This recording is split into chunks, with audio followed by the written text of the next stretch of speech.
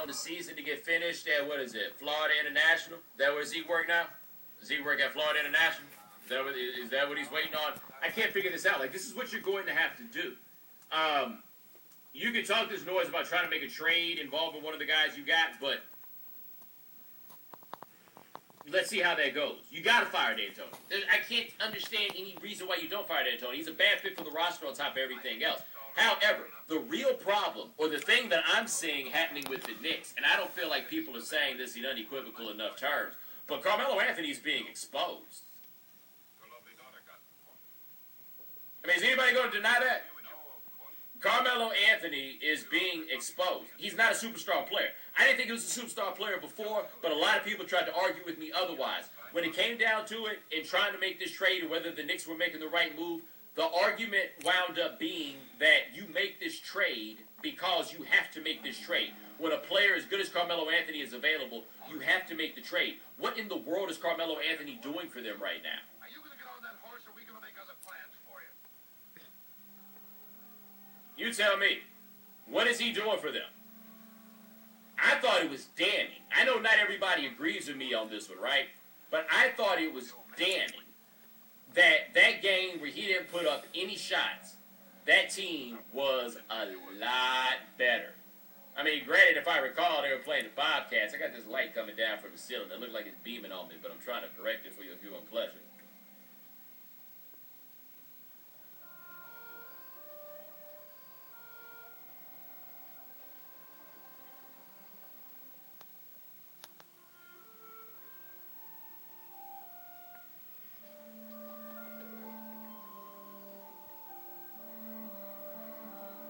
Sorry about that. Yeah, I just gonna have to deal with this light in my face. I tried to fix it, and something went crazy. Anyway, does anybody remember what I was talking about? Oh, the Knicks. Yeah. So, Melo doesn't play that game, and he doesn't do anything worth mentioning in that game. Doesn't put up any shots. They blow somebody out. Like, what's it going to take for people to recognize that he's just not as good a player as people wanted to believe? He has been out of the first round of the playoffs one time. One time. We out here talking about LeBron and everything else. One time. It's year 9, dog. He's been out of the playoffs, in the first round of the playoffs, one time. And when they finally met their end in that playoff series, I believe it was 2009, they walked out of there like some pawns. They laid down and rolled out. Okay? So what more do you need to see before you realize that this dude just isn't the player that people would have you believe? And yes, they've got some ill-fitting parts, and yes, their backcourt is a problem. What's Melo doing for them? I'm serious. I mean, I keep asking this. What is Melo doing for them? Is Carmelo Anthony a superstar? If he is, you're going to have to explain to me why. Just let me know. He's about shooting these shots, and that's cool. He's a ball stopper. You can't have but one ball stopper on that team, and they've got a couple of them. They really do. The part that's a little bit peculiar to me, and I know they went through all this fuss and everything when they got him and everything, and all of that. But if you're trying to decide which player to trade, Melo or Amari Stoudemire, I don't understand why people are so quick to say when are they going to trade Stoudemire. I don't understand that. Like, why would you rather have Melo so definitively than Stoudemire? I think there are arguments both ways. But I don't understand how anybody would just be like, man, so this is time to trade Amari Stoudemire. Yo, maybe you might want to trade Melo. I've seen Amari Stoudemire out of the first round of the playoffs many times. Many times. You might want to trade Melo. Yeah, Amari Stoudemire's got bad knees. Good luck trading bad knees. Let me know how that works out for you, right? Let me know how that goes. Why aren't you trying to trade Melo? Anybody want to help me out with that? And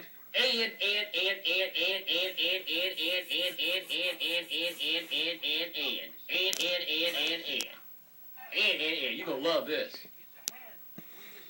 I got to start this now. Hold on one second. I ain't had a chance. I might do this on a FaceTime one day too, but I've been wanting to bring this up a while. You ready? Remember when I called the New York Knicks fans a bunch of thirsty basketball selps? Do y'all recall that? Do you remember all those Knicks fans that were coming at me, breaking bad with me, calling me out of my name, speaking in a disparaging tone about this place I love called the South, trying to say I didn't know anything or everything else? Y'all remember that? Y'all remember when they were pretending like Melo was from New York? You remember that? Melo got a tattoo that says West Baltimore, but all of a sudden he want to come back home, and home is New York. Everybody remembers that, right? And I told people, y'all might want to calm down, okay? More importantly, you might want to stop acting so damn thirsty, okay? You might want to stop acting so damn thirsty. Okay? I told you that. I told you that. But nah, ain't nobody want to listen to me. Everybody wants to call me all out of name. Look at you now. What happened to your team since you made the trade? You remember? Y'all had video montages. You remember a video montage. 2000 party over. It's out of time. That's how y'all was getting down. Okay? Now look at you. Now look at you. Your team look like a bunch of losers. You out here trying to talk to me about Iman Shumpert. You out here telling me how things are going to be different when Baron Davis comes back. The last time I remember Baron Davis playing basketball, he was getting heckled by his own owner. You remember that? Y'all don't recall that? Right. But I was somehow somebody's hater or something to that effect when I told y'all that y'all were coming off like a bunch of thirsty basketball simps. Back when I was a kid, y'all was arrogant. Y'all were arrogant as all get out. Not even John Starks being the true MVP for the 1994 World Champion Houston Rockets could deter you from your arrogance and self-indulgence. That's right. Nothing could dissuade you. Nothing at all could dissuade you. Nothing could stop you from being like that. That was back when y'all had rappers, man. You remember that? New York used to have all the rappers. We would go to the record store and all the tapes we would get was cats from New York. Because y'all had all the rappers, right? All y'all shit was popping. Everything was popping. And given that all y'all shit was popping, y'all was real rude about it, okay? Back in those days, man, when nobody from Baltimore be showing up to New York, they ain't never won shit, be treated like a hero. Can you imagine that? Back in the day, in the 80s and 90s, New York letting a dude come in that hadn't proved himself in any sort of way and just treating him like he was the king of the city. Can you imagine that back in the day? That would have ever happened? New York had a different standard back then. Y'all remember when they had a different standard?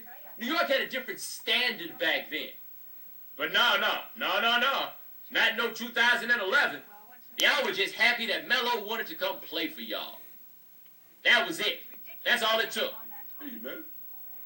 Somebody want to play for us. We still got it. You know what I'm saying, son? Now look at you. You're mad about your basketball team every 5 minutes. See y'all watching the games on Twitter. Y'all look like y'all ready to hurt somebody. All depressed. And on top of being depressed like down like below like 500. You know what I'm saying? 7-13, doggy. You're 3-6 at home. 3-6 at home. Let me get a good look at some of the teams that have beaten the New York Knicks that was supposed to be so fortified with Carmelo Anthony, in spite of the fact that I warned y'all that this was not what y'all wanted. Ooh, yeah, Golden State. Damn, that was the Toronto and the Bobcats? And that wasn't even a back-to-back. It was at home. So you played a game, you slept in your own bed, you played another one, and you lost to the Raptors and the Bobcats. Damn. See with some of these other juggernauts. Ooh, that 10-point loss at Cleveland, that had to be embarrassing. Oh, yep. Then there's a 13-point loss to the Rockets. Yeah, like, not a lot here to be proud of. Not a lot to be proud of. And just to go back to my Melo point, when Melo scored 32 points, they lose by 8 at home to the Bobcats. Melo don't take no shots. They win by 33 points. 33 points.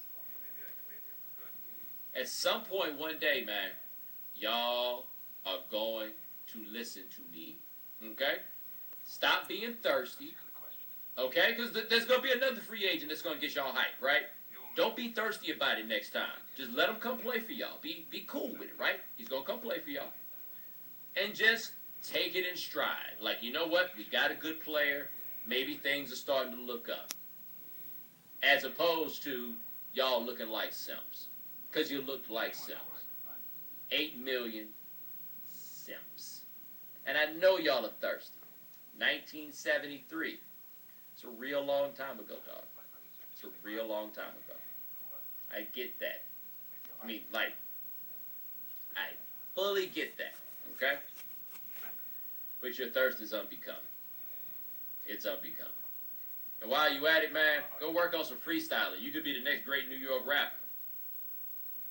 Because all the good rappers out of New York these days, man, they older than me. They older than me. And I graduated from high school 15 years ago. That's right. Put it to you like this. I graduated from high school 2 months after Biggie got shot. 2 months. Where you at, New York? Where you at? Appreciate you.